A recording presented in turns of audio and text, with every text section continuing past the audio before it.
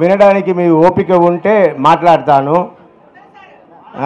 Number 1 point, Naresh గారు నేను అన్న మాట వాడిండకూడదు. మనసులో ఉండేది మాట్లాడతా. మేము అని మాట్లాడాలి.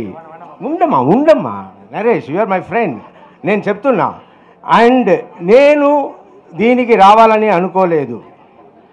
నరేష్ గారు చాలాసార్లు వచ్చి ఆయన అడిగిన దానివల్ల నేను వచ్చి ఇప్పుడు అందరూ కలిసే చేశాం. కానీ నరేష్ గారు మేము మా ప్యానల్ అంటే మేమందరూ కలిసి ఇది ఇస్తున్నాము అని చెప్పిండాలి. ఇది ఒక చిన్న కరెక్షన్. It's okay. మేమందరూ కలిసి ఉంటాము, కలిసి చేస్తాము. కానీ మాట్లాడడం కూడా అందరూ కలిసి మాట్లాడాలి. ఎస్, ఎందుకంటే ఇది వచ్చి ఇప్పుడు నేను గొప్ప చెప్పలేదు, నేను రావాల్సిన అవసరం లేదు. కానీ నేను వచ్చాను ఎందుకంటే నా ఫ్రెండ్ అడుగుతున్నారు. అండ్ ఎవరు ఏమి చెయ్యట్లేదు, ఏదో ఒకరు మొదలు పెట్టాలని నేను వచ్చాను. అది కూడా సరే వద్దామని జీవితాన్ని మాత్రం ఫస్ట్ కంటెస్ట్ చేపిద్దామని అనుకున్నా.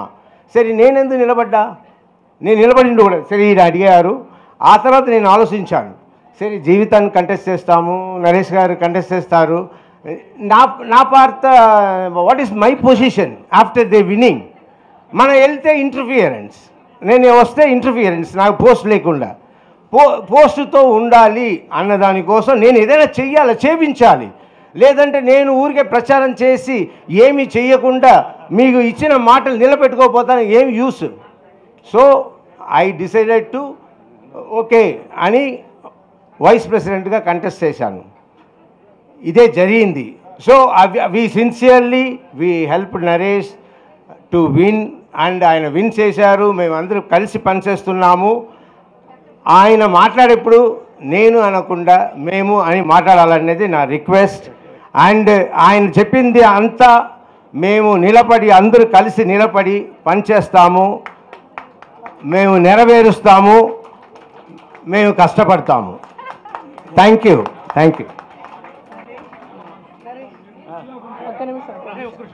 అండ్ ఇంకో మాట కూడా మాట్లాడాలి.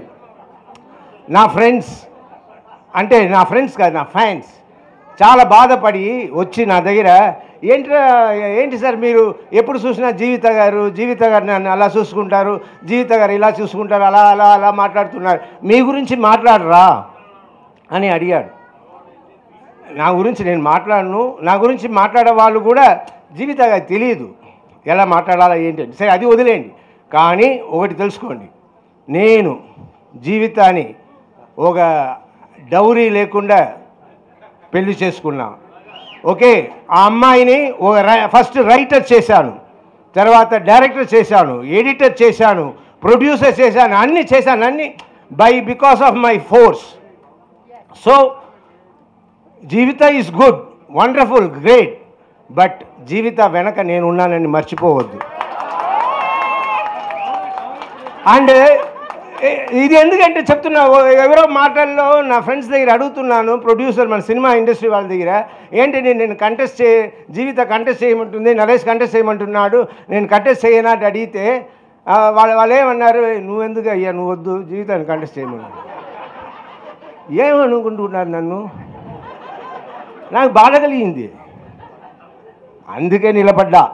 సరే, నిలబడిన తర్వాత నిజంగా నా ఫస్ట్ ఎస్వి కృష్ణారెడ్డి గారు అన్నారు.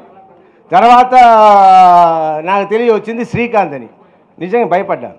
ఎందుకంటే శ్రీకాంత్ అందరితో తిరిగేవాడు, అందరూ ఫ్రెండ్స్, అందరూ క్రికెట్ ప్లేయర్స్, అందరితో కలిసిమెలిసి ఉంటాడు. ఆయన ఎదిరించి నిలబడ్డాం. సో ఇలా ఒక సిచ్యువేషన్, ఇలాంటి సిచ్యువేషన్లో నిజంగా ఒక సైడ్ షూటింగ్ ఆల్రెడీ ప్లాన్డ్, దాన్ని క్యాన్సిల్ చేయలేకపోయాం. నేను షూటింగ్ అటెండ్ చేయాలి, అక్కడ సి కళ్యాణ్ టెన్షన్ అయిపోతాడు, నాకు ఉన్న పేరు ఇంకా పోతుంది, అందరూ ఏంటంటే వాడు షూటింగ్ వదిలేసి ఎలక్షన్ నేను వెళ్ళిపోయాడు అంటారు. సో ఇన్ని కష్టాల్లో నేను నా పిల్లల్ని పిలిచి, బంగారులు నేను అందరికీ ఫోన్ చేయగలుగుతానో లేదో, నాకు షూటింగ్ ఉంది, దయచేసి మీరు కూడా ఒకసారి నా కోసం ఫోన్ చేయండి అన్నా. నా పిల్లలు చేశారు. అండ్ నా వైఫ్ చేసుకుంది. జీవిత నేను అన్నాను, జీవిత నువ్వు నీకు కావాల్సిన వాళ్ళకి నువ్వు చెయ్యి, నాకు చౌదరి గారు, డైరెక్టర్ చౌదరి గారు, మోహన్ ఇద్దరు కూర్చొని చేసి ఓన్లీ చెప్తున్నాను, మీ అందరి లవ్ వల్ల నేను గెలిచాను. ఆ లవ్కి ఎప్పుడు రుణపడి ఉంటాను, కట్టుపడి ఉంటాను. ఆ లవ్ కోసమే పనిచేస్తాను. ఇది నా మనసులో ఉంది. మన బిగినింగే మనం దిద్దేసుకుందాం, మనసులో ఒకటి పెట్టుకుని నేను పని చేయలేను. అందుకే నరేష్ చెప్పాను, వీఆర్ ఆల్ వన్. బట్ మనం మాట్లాడడం ఎవరికి ఏమీ బాధ కలగకూడదు. అండ్ అపోనెంట్ వాళ్ళు ఆహా వచ్చేసింది గొడవ అని అనుకోవద్దు. గొడవ రాలేదు.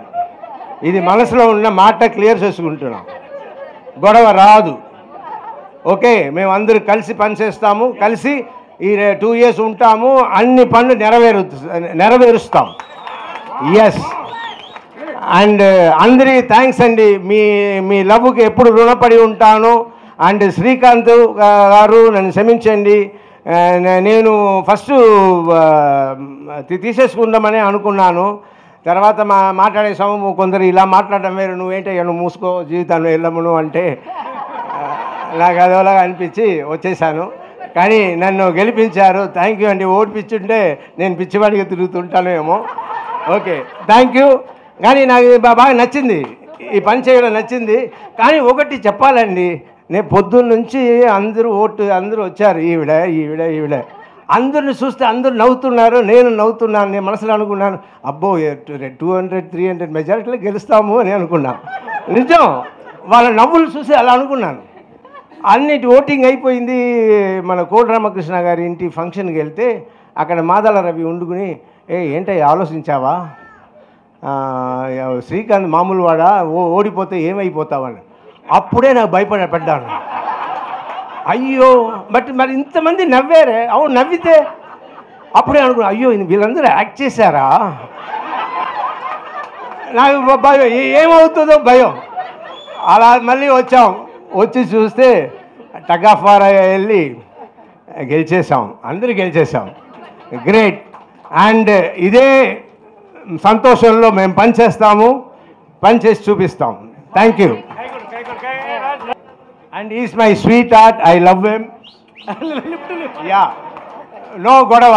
నేను అందుకని అన్నది కామరేడ్ రాజశేఖర్ అన్నాను. ఫస్ట్ వెళ్ళింది నీ దగ్గరికి వచ్చి